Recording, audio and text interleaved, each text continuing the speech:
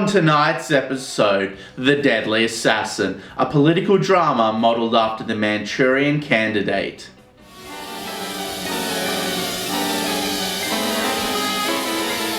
No!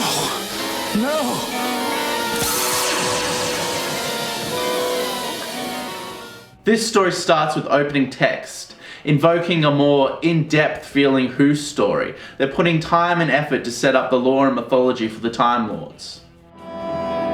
Through the millennia, the Time Lords of Gallifrey led a life of peace and ordered calm, protected against all threats from lesser civilizations by their great power. We then immediately cut to a bizarre sequence in which the Doctor envisions himself murdering a Gallifreyan dignitary. There's quick cuts in the editing, it's all shaky cam and extreme close-ups up in everyone's faces. There's some surrealistic swirls of synth-based scores. It's all very obscure but incredibly engaging.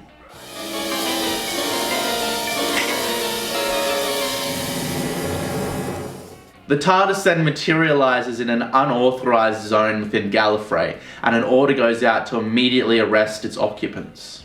Repeat, unauthorised capsule entry imminent. Stand to on Sector 7. The guards are fooled by this messy clothes placed casually on a chair gag. Competent. They feel very competent to me. Don't move. I said don't move.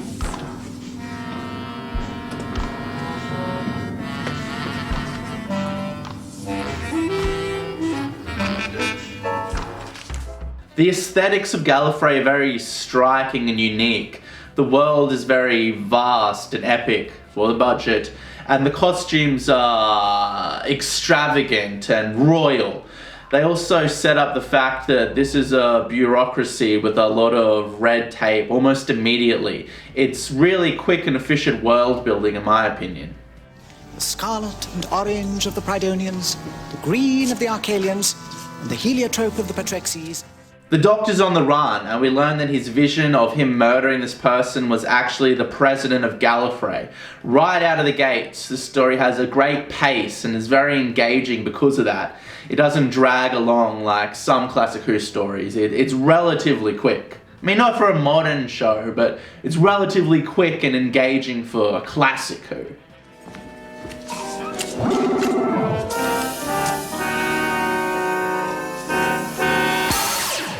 The Doctor discards his iconic costume to don Gallifreyan garb. I might say that Tom does look rather good in cheap plastic and uncut curtains, though.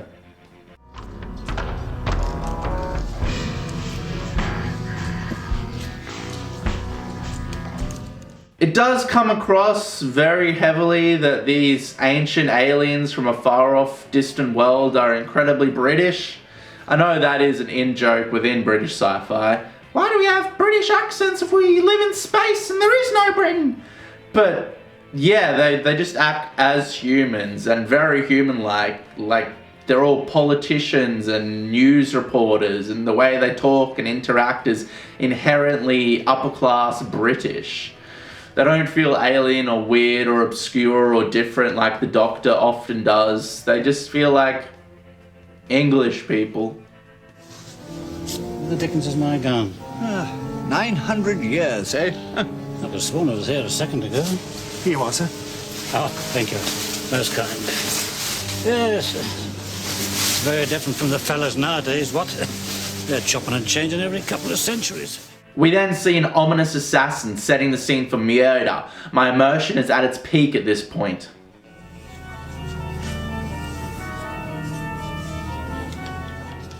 Tom spies somebody in a bird's nest and races to stop the assassin before he takes out the president, JFK style.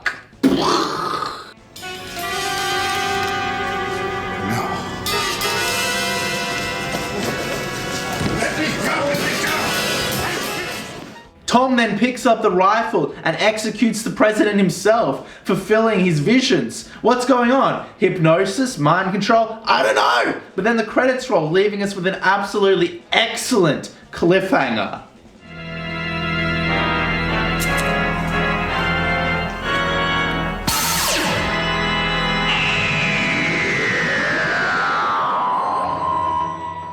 The Doctor is immediately arrested and placed within a set integrated very well into a matte painting.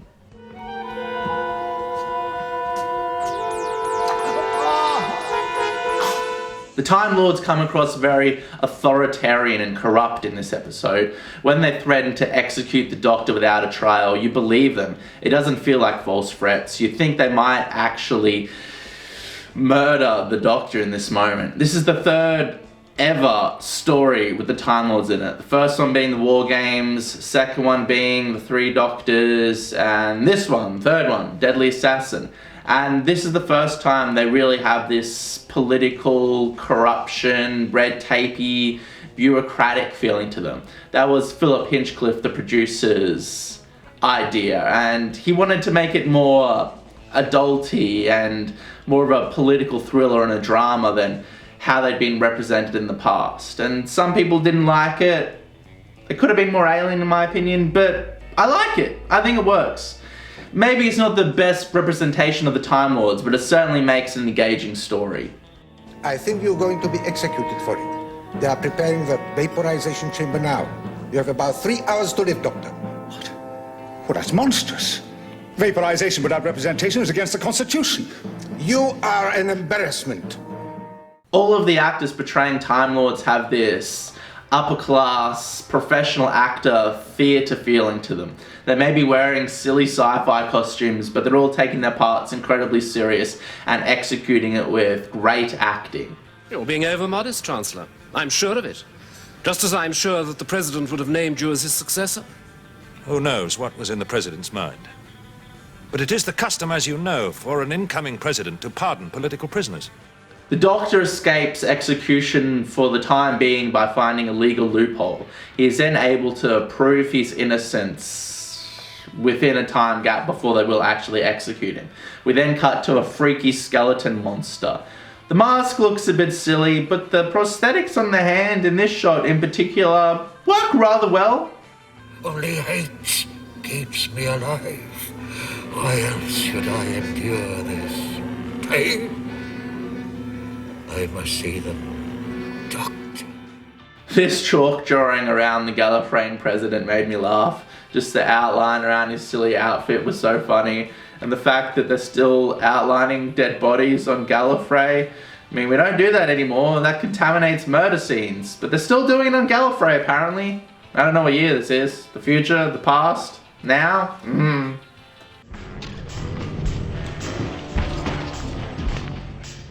A random technician is then turned into a Ken doll and hidden within a pair of binoculars. A clue? To the protagonist? Who do we know that turns people into dolls? What are you talking about? My technician Where? in the camera.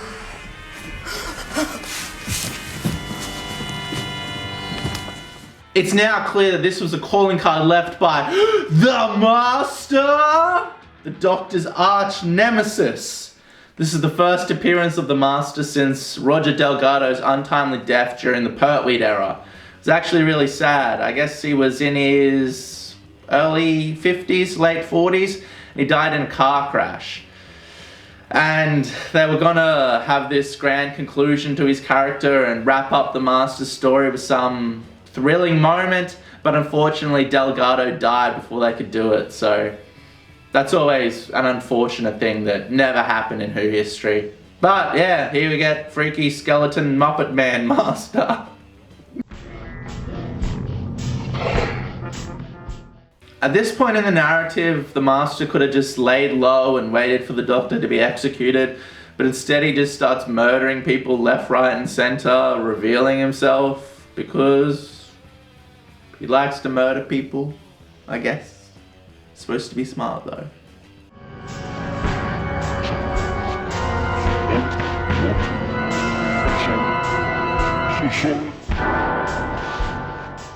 The Doctor then enters into a collective consciousness of all the past deceased Masters. They have this bank of all the Masters who have died, and their memories and their intellect is used to predict the future. A really cool high sci-fi concept which should have been explored way more in Classic Who and brought up in Modern Who again. And it takes on this whole Matrix thing, which can't be denied. They use the word Matrix, and it's like your electromagnetic pulse is entered into this surreal other world while your physical body is left out. But when you get hurt in there, you get hurt in the real life, and a lot of comparisons to the Matrix can be drawn, but really cool and interesting, especially for its time. Quite unique and very, very interesting. How can one intercept a thought pattern within the Matrix itself? By going in there and joining it. You mean a living mind? Well, in a sense, that's all a living mind is, electrochemical impulses. Duh, plastic alligator!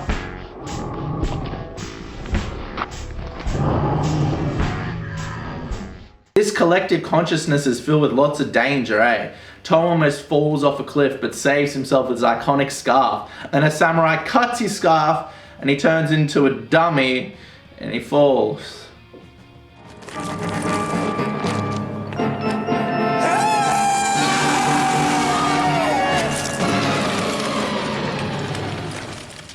All of this stuff within the consciousness is super surreal and weird. It just flicks from one sequence to the next. It's rather random. Feels like random scene after random scene. It doesn't really further the narrative.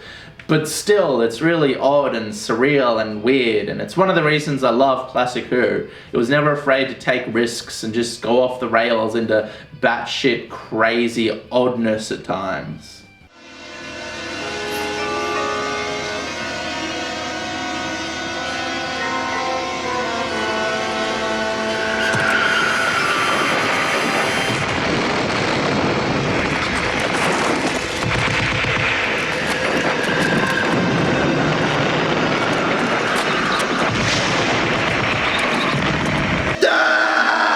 Whoa, man, this clip has eyes and a voice. It's talking to the Doctor.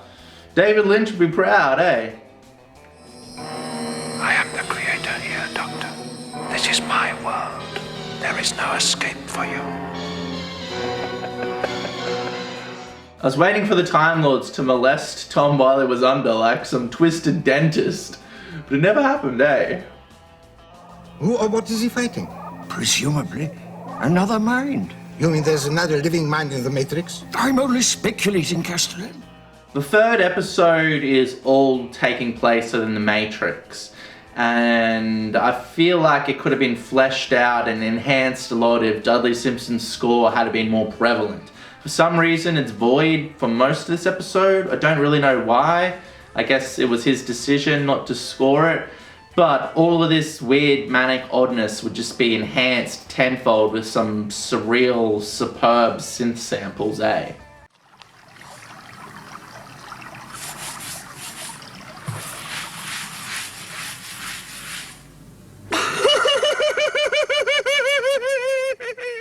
This is what happens when you blow dart a man with a rifle at close range, kids.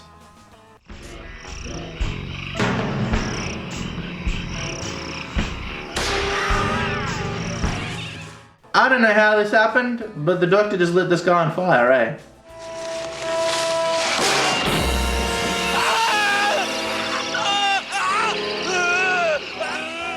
Doctor Who always walked a fine line with censorship, especially when Robert Holmes started writing for the show in the Pertwee era.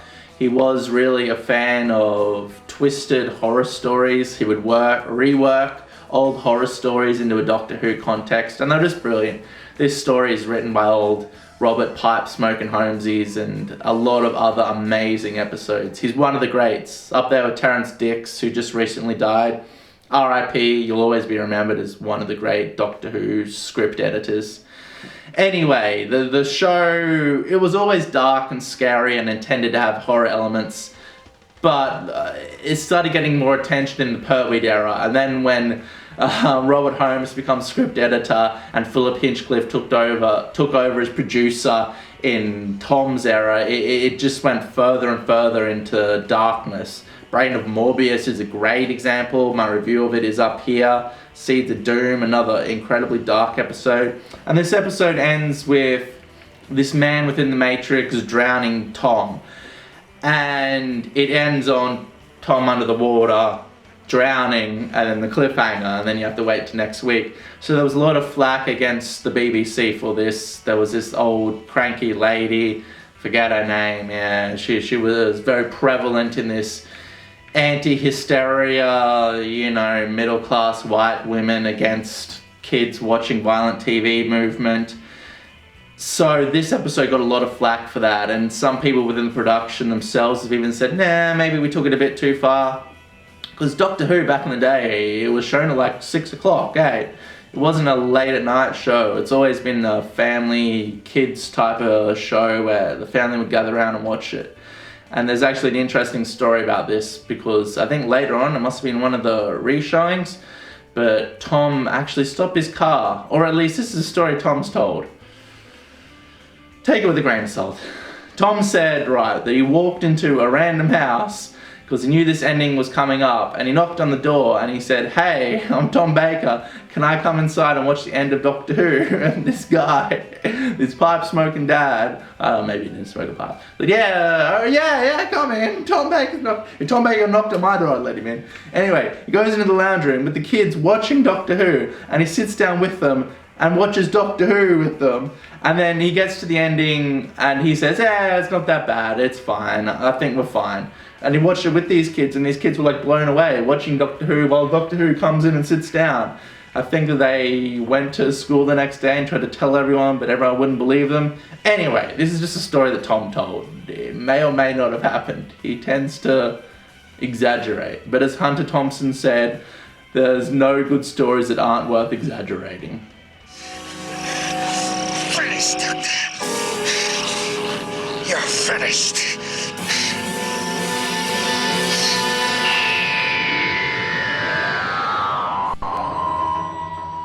The Doctor leaves the collective consciousness defeating his main adversary within this matrix, and he realizes that this person was Goth, a senior dignitary of the Time Lords. He was acting as the Master's assistant during this whole escapade. Where is he, by the way? Who? Goth. Did you say Goth, the Chancellor? Yes. The Master's leg man. He's the assassin, Spaniel. A grand political conspiracy then erupts to cover up Goth's involvement in the murder of the president. They're going to frame the Master as the only murderer. Well, not frame him, you know. They're going to mark the history books with the Master as the only murderer. They're going to cover up Goth's involvement, and they're going to wipe the Doctor from this completely because, you know, he's banished and he stole the TARDIS and he's weird and they don't like him. No. No what, Cardinal? The story is not acceptable. This is a very difficult, very delicate position. We must adjust the truth. In what way, Cardinal? In a way that will maintain public confidence in the Time Lords and their leadership. The Master's regeneration cycle is over. He's done it. He's on his last form, and now he dies, leaving only a frail corpse behind. Is he dead? Yes. All of a sudden, a plot twist emerges. The Master is in fact not dead. He used a neural inhibitor to cover up his vital signs, and now he grasps the power through muffled dialogue. This time, Doctor, the execution will not be delayed. Castellan! This version of the Master is obviously very macabre and dark. It matches the horror era of Doctor Who which Philip Hinchcliffe and Robert Holmes brought in. I do like it though, and I would like New Who to maybe take some more risks and delve deeper into the darkness. Just push it. See how far they can take it. See how far.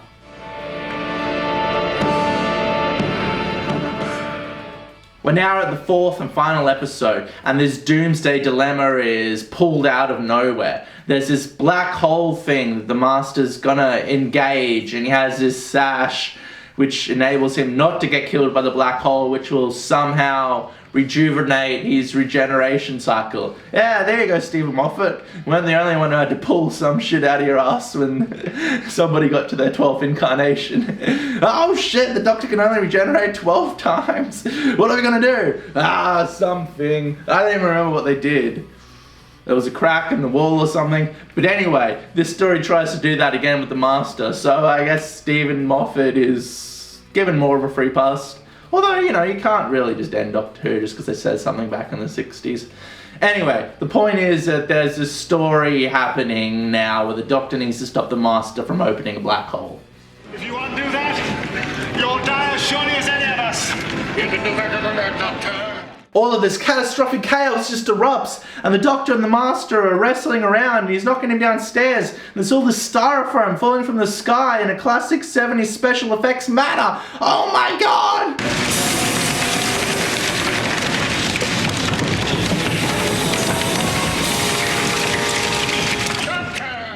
The Master is unable to rejuvenate his regeneration cycle. He then falls to his death, dying forever this time. Maybe.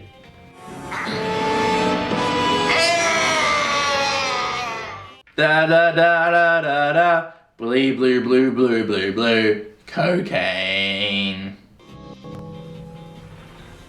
Half the city in ruins, untold damage, countless lives lost. Oh fuck! The Master's actually still alive! Again! What a twist! Again! The Master. Where do you think they're heading? Out into the universe. In conclusion, this story's fucking great! So much excitement and pace, and it's so surreal and odd, and it has the whole Matrix predecessor, what? 70s, 80s, 90s? 30 years before the Matrix. There's no companion, Sarah Jane's left, and Leela is yet to come in, so Tom's like, fuck it, I can do this by myself. By the way, he tried to convince Philip Hinchcliffe that there should be no new companion and he could just do the whole show by himself. Ask himself all the questions and just talk to himself. Maybe break the fourth wall and talk down the lens to the camera. But anyway, this is the greatest era of Doctor Who, once again, saying that once again, written by Robert Pipe Smoking Holmesies. It's brilliant. It's surreal, it's cerebral, it's high concept sci-fi, it's inherently British. Time Lords are inherently British. We have the freaky skeleton Muppet Man Master. I mean, what else do you want? What else do you guys want? Alright, thank you for watching. Leave a like, subscribe in the comments, tell me I got all the facts wrong and my opinion is null and void. Thank you, and good night.